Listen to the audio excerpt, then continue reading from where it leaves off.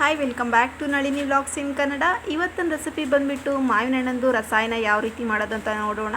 ಹಾಗೆ ಇದನ್ನು ಶೀಕರಣೆ ಅಂತ ಸಹ ಕರೀತಾರೆ. ಇದು ಹೋಳಿಗೆ ಹಾಗೂ ಪೂರಿ ಚಪಾತಿ ಜೊತೆಗೆಲ್ಲ ತುಂಬ ಚೆನ್ನಾಗಿರುವಂಥ ಕಾಂಬಿನೇಷನ್ ಇದು. ವರ್ಷಕ್ಕೆ ಒಂದ್ಸರಿ ಆದರೂ ಇದನ್ನು ತಿನ್ನಲೇಬೇಕು. ಬನ್ನಿ ಅದಕ್ಕೆ ಏನೆಲ್ಲ ತೊಗೊಂಡಿದ್ದೀನಿ ಅಂತ ನೋಡೋಣ, ಹಾಗೆ ಹೇಗೆ ಮಾಡ್ತೀನಿ ಅಂತ ನೋಡೋಣ. ಮೊದಲಿಗೆ ನಾನು 1/4 ಬಟ್ಲಷ್ಟು ನಾನು ಸಕ್ಕರೆಯನ್ನು ತೊಗೊಂಡಿದ್ದೀನಿ. ನೀವು ಬೆಲ್ಲ ಬೇಕಾದರೆ ನೀವು ಬೆಲ್ಲನೂ ಯೂಸ್ ಮಾಡ್ಬೋದು ನೀವು. ಈಗ ನಾನು ಹಣ್ಣು ತುಂಬ ಸ್ವೀಟಾಗಿರೋದ್ರಿಂದ ನಾನು 1/4 ಬಟ್ಲಷ್ಟು ಸಕ್ಕರೆ ಸಾಕಾಗುತ್ತೆ. ಈಗ ನಾನು 3 ಯಾಲಕ್ಕಿ ಹಾಗೂ ಅರ್ಧ ಬಟ್ಲಷ್ಟು ನಾನು ಕಾಯಿಸಿ ಆರಿಸಿರುವಂಥ ಹಾಲು, ಮಾವಿನ ಹಣ್ಣು ಹಾಗೂ 3/4 kg ತೊಗೊಂಡಿದ್ದೀನಿ. ನಾನು ತುಂಬ ಹಣ್ಣಾಗಿರೋಂಥ ತೊಗೊಳ್ಳಿ. ಈಗ ನಾನು ಮೇಲ್ಗಡೆ ಸಿಪ್ಪೆ ಎಲ್ಲ ತೆಗೆದುಬಿಟ್ಟು ಈ ರೀತಿಯಾಗಿ ಎಲ್ಲನೂ ಬಿಡಿಸಿಟ್ಕೊಂಡಿದ್ದೀನಿ. ಮಾವಿನ ಹಣ್ಣನ್ನೆಲ್ಲ ಈ ರೀತಿಯೆಲ್ಲ ನೀವು ಸ್ಕ್ವೀಸ್ ಮಾಡಿರಿ ನೀಟಾಗಿ. ಮೇಲ್ಗಡೆ ಇರುವಂಥ ಹಣ್ಣು ಏನಿದೆ ಅದೆಲ್ಲ ನೀಟಾಗೆ ಬರುತ್ತೆ, ವಾಟೆ ಮಾತ್ರ ಉಳ್ಕೊಳ್ಳುತ್ತೆ. ನೋಡ್ತಾ ಇರ್ಬೋದು ನೀವು, ತುಂಬ ಹಣ್ಣಾಗಿರೋದ್ರಿಂದ ಸುಮ್ಮನೆ ಟಚ್ ಮಾಡ್ತಿದ್ದಂಗೆ ಅದೆಲ್ಲ ನೀಟಾಗೆ ಉದುರ್ಕೊಳ್ತಾ ಇದೆ ಹಣ್ಣೆಲ್ಲ. ಇದಾದ ನಂತರ ನಾನು ಎಲ್ಲ ಹಣ್ಣುಗಳನ್ನು ಅದೇ ರೀತಿ ಮಾಡಿಬಿಟ್ಟು ಇಟ್ಕೊಂಡಿದ್ದೀನಿ. ಇದಾದ ನಂತರ ಬೀಟ್ ಮಾಡ್ಕೊಳ್ತಾ ಇದ್ದೀನಿ, ನೀಟಾಗೆ ಮಿಕ್ಸ್ ಮಾಡ್ಕೊಳ್ತಾ ಇದ್ದೀನಿ. ನೀವು ಕೈಯಿಂದ ಸಹ ನೀವು ಮಾಡ್ಕೋಬೋದು.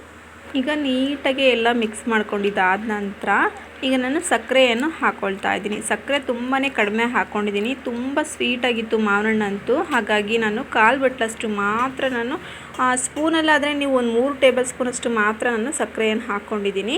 ಈಗ ನೋಡ್ತಾ ಇರ್ಬೋದು, ಸಕ್ಕರೆಯನ್ನೆಲ್ಲ ಹಾಕಿದ ತಕ್ಷಣಕ್ಕೆ ನೀಟಾಗಿ ಈ ರೀತಿಯಾಗಿ ನಾನು ಕಲಿಸ್ಕೊಳ್ತಾ ಇದ್ದೀನಿ. ಮಿಕ್ಸ್ ಮಾಡ್ಕೊಂಡಿದ್ದಾದ ನಂತರ ಈಗ ನಾನು ಯಾಲಕ್ಕಿ ತೊಗೊಂಡಿದ್ದೀನಲ್ಲ, ಯಾಲಕ್ಕಿನ ನಾನು ಸ್ವಲ್ಪ ಜಜ್ಕೊಂಬಿಟ್ಟು ಪೌಡ್ರ್ ಮಾಡಿಬಿಟ್ಟು ಇಟ್ಕೊಂಡಿದ್ದೀನಿ. ಅದನ್ನು ಸಹ ನಾನು ಇದಕ್ಕೆ ಹಾಕ್ಕೊಳ್ತಾ ಇದ್ದೀನಿ. ನೀವು ಇನ್ನೊಂದೆರಡು ಯಾಲಕ್ಕಿ ಜಾಸ್ತಿ ಬೇಕಾದರೂ ಹಾಕೋಬೋದು, ಫ್ಲೇವರ್ ಇಷ್ಟಪಡೋ ಅಂಥವ್ರು. ಈಗ ನಾನು ಯಾಲಕ್ಕಿ ಪೌಡ್ರ್ ಹಾಕಿದ ನಂತರ ನಾನು ಕಾಯಿಸಿ ಆರಿಸಿರುವಂಥ ಹಾಲನ್ನು ಸಹ ನಾನು ಹಾಕ್ಕೊಳ್ತಾ ಇದ್ದೀನಿ. ನನ್ನ ವಿಡಿಯೋ ಯಾರೆಲ್ಲ ನೋಡ್ತಾ ಇದ್ದೀರಾ ಪ್ಲೀಸ್ ಸಬ್ಸ್ಕ್ರೈಬ್ ಮಾಡಿಲ್ಲ ಅಂತ ಅನ್ನೋರು ಸಬ್ಸ್ಕ್ರೈಬ್ ಮಾಡಿ ಫ್ರೆಂಡ್ಸ್. ಹಾಗೆ ವಿಡಿಯೋ ಇಷ್ಟ ಆದರೆ ಲೈಕ್ ಮಾಡೋದು ಮಾತ್ರ ಮರಿಬೇಡಿ. ಕಮೆಂಟ್ ಬಾಕ್ಸಲ್ಲಿ ಕಮೆಂಟ್ ಮಾಡಿ, ನಿಮ್ಮ ಫ್ರೆಂಡ್ಸು ಮತ್ತು ಫ್ಯಾಮಿಲಿಗೆ ಶೇರ್ ಮಾಡಿ. ಈಗ ನೋಡ್ತಾ ಇರ್ಬೋದು, ನಾನು ನೀಟಾಗಿ ಹಾಲು ಹಾಕಿದ ನಂತರ ಇದನ್ನು ನೀಟಾಗಿ ಮಿಕ್ಸ್ ಮಾಡ್ಕೊಳ್ತಾ ಇದ್ದೀನಿ. ಒಂದಕ್ಕೊಂದು ಮಾವಿನ ಹಣ್ಣು ಹಾಗೂ ಹಾಲು ಎರಡನ್ನೂ ಮಿಕ್ಸ್ ಆಗಿಬಿಟ್ಟು ನೀಟಾಗಿ ಒಂದಕ್ಕೊಂದು ಹೊಂದ್ಕೊಳ್ಬೇಕು. ನಾನು ಅಷ್ಟು ನೀಟಾಗಿ ಎಲ್ಲನೂ ಮಿಕ್ಸ್ ಮಾಡ್ಕೊಳ್ತಾ ಇದ್ದೀನಿ. ಇದನ್ನು ಮಿಕ್ಸ್ ಮಾಡಿದ ನಂತರ ನೀವು ಸರ್ವಿಂಗ್ ಪ್ಲೇಟಿಗೆ ಸರ್ವ್ ಮಾಡಿಕೊಂಡು ಊಟ ಮಾಡ್ತಾಯಿದ್ರೆ ನಿಜವಾಗ್ಲೂ ತುಂಬ ಸೂಪರಾಗಿರುತ್ತೆ, ತುಂಬ ಸೊಗಸಾಗಿರುತ್ತೆ ಅಂತಲೇ ಹೇಳ್ಬೋದು. ನೀವು ವರ್ಷಕ್ಕೆ ಒಂದ್ಸರಿ ಆದರೂ ಇದನ್ನು ತಿನ್ನಲೇಬೇಕು. ಮಾವಿನ ಹಣ್ಣಿನ ಸೀಸನ್ ಇನ್ನೇನು ಮುಗಿತಾ ಬಂತು. ಹಾಗಾಗಿ ನೀವು ಹೋಳಿಗೆ ಮಾಡ್ಕೊಂಡು ಊಟ ಮಾಡಲಿಲ್ಲ ಅಂದರೆ ಚಪಾತಿ ಜೊತೆಗಾದರೂ ತಿನ್ನಿ ನೀವು. Okay friends, thank you for watching. Bye.